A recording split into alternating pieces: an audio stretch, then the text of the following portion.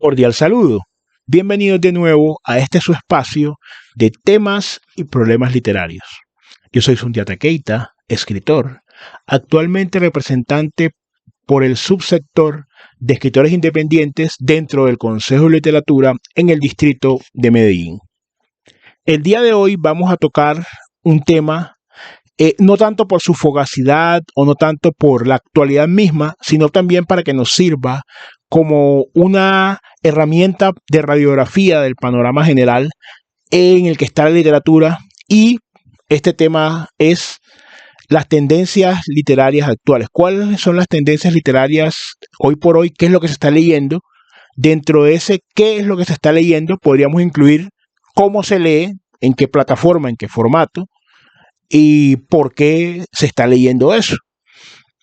Esto lo hemos logrado hacer por una breve indagación que hicimos, aunque evidentemente se podría ahondar en diferentes aspectos ya puramente técnicos, el tema de análisis de datos, el tema de también del marketing, cómo se lleva un poco eso, pero básicamente vamos a quedarnos en un panorama más general para centrarnos en la medida de lo posible en lo que tiene que ver con el sustrato literario propiamente dicho. ¿De dónde sacamos esta información? Básicamente, estas tendencias en literatura se pueden obtener primero por las métricas que existen en las diferentes plataformas de ventas de estos temas específicos, de estos libros. Cuando, por ejemplo, usted va a Amazon KDP y hace una búsqueda, puede encontrar, conforme las palabras claves que use, cuáles son los libros en tendencia. Y esos libros están agrupados en una temática. Vamos a comenzar, no sin antes olvidar recordarles que por favor se suscriban al canal, le den like, compartan y lo más importante, nos dejen un comentario. En este caso particular, el comentario tendría que ver sobre cuáles son las lecturas que actualmente están haciendo. Para nosotros también llevar de alguna manera, al hacer el contraste con el ejercicio, no quedarnos únicamente con lo que estos datos nos están diciendo, sino también hacer nuestro propio contraste, porque de pronto también hay personas en el público, espectador de este canal, que pueden leer literatura, pero de otros, no de los géneros que vamos a ver, o los subgéneros más bien que vamos a ver acá, e inclusive pueden leer literatura de no ficción. Entonces también es importante tener eso en cuenta. Básicamente, ¿qué es lo que los resultados que nos arrojó esta breve pesquisa? Dentro de las cuestiones más vendidas, vamos a también a suscribirnos un poco al mundo hispanohablante. Tiene que ver mucho el tema de la ficción contemporánea, es decir, el llamado thriller psicológico, arrancando de ese género hasta un género o un subgénero más bien, denominado autoficción. Yo realmente no conocía ese concepto, pero lo vamos a tratar un poco. Hay algunos géneros híbridos como la climate fiction, que tiene que ver con la ficción climática, que hemos visto desde hace ya mucho más tiempo, su contraparte, ¿no? O su correlato en el mundo del cine. Este año sacaron, por ejemplo, un remake de la película de Tornado, por ejemplo, y hemos visto una gran cantidad de contenidos, pues. Decimos esto por la relación que hay entre literatura y cine, muchas veces van de la mano. Entonces se han dado, pues, este género, pues, subgénero que tiene que ver con el tema climático y la visión, la percepción que se tiene sobre los daños que pueden suceder al medio ambiente y a la tierra y a la humanidad también, por estos cambios que hay, conforme a esta visión. Y también la literatura distópica en español, ¿cierto? Tenemos eventos y ejemplos muy categóricos de literatura distópica, que no vamos a entrar a desglosar acá, pero que hemos visto, por ejemplo, el libro ya muy de culto, ¿no? Y muy famoso, 1984, que plantea una distopía, Un mundo feliz, de Huxley, que plantea también una distopía. Pero ahora eso se ha trasladado también al mundo literario en español. Algunas breves definiciones frente a eso. Bueno, el thriller psicológico, como el nombre lo indica, explora, ahonda, ausculta la mente de la mente humana y muy especialmente la de los personajes, que tienen, digamos, una lupa, personajes muy importantes en la narración y que tienen problemas mentales, ¿cierto? Tiene que ver que con estos problemas que han tenido, ya sea por un trauma, ya sea por una manía, por una obsesión, está construido entonces a través de los conflictos internos, como la paranoia que pueda tener la persona, el miedo, el dolor, y el lector muchas veces no sabe en quién confiar porque es una narrativa, son unas perspectivas construidas evidentemente por personajes desequilibrados a nivel mental. Y esto ha llamado mucho la atención de los lectores en español. Entonces veamos, entonces aquí hacemos un paréntesis para observar cómo lo que antes se daba por descartado, salvo el genial ejemplo que fue genial, lo sigue siendo aún hoy, de, digamos, de un personaje que lo hacía de una manera mucho más límpida, que no era, no era el objetivo de plantearlo desde su enfermedad mental, que no puede ser otro, por supuesto, que el Quijote, pero ya no se ve desde esa perspectiva idealista, desde esa perspectiva romántica, por así decirlo. Si ya estamos hablando de personajes desequilibrados como tal, que llaman la atención del público lector. También hay que examinar por qué esto sucede. Quizá porque la misma sociedad padece o de ciertas enfermedades, por ejemplo el tema de la paranoia post-pandemia, que muchas personas aún siguen experimentando estos síntomas alrededor del mundo, estos comportamientos, y sería también bueno dejar sobre la mesa por qué llama la atención precisamente esta clase de personajes que antes estaban, por así decirlo, descartados, ¿no?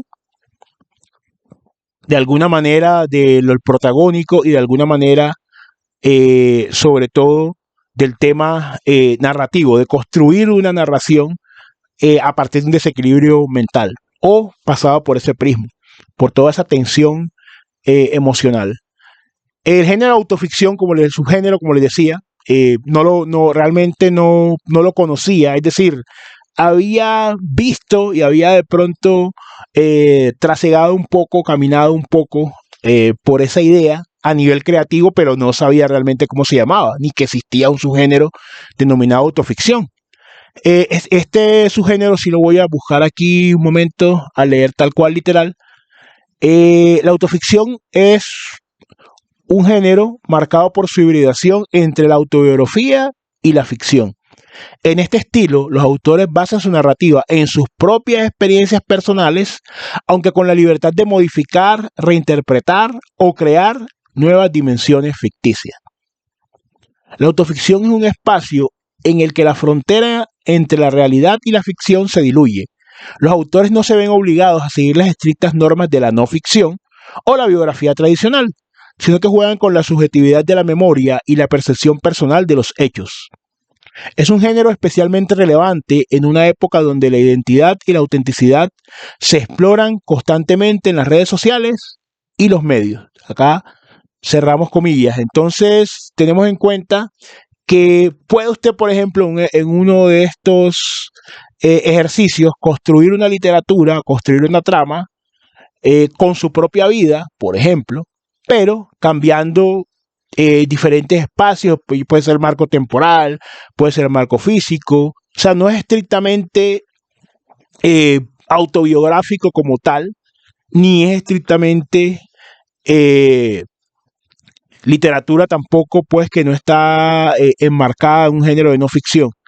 Entonces es interesante ver cómo estas categorizaciones se van haciendo y cómo muchas veces lo que uno considera o no conoce uno el nombre, pues, ni el concepto. Yo, como les digo, me estoy apenas familiarizando con ese concepto, pero me pareció bastante interesante.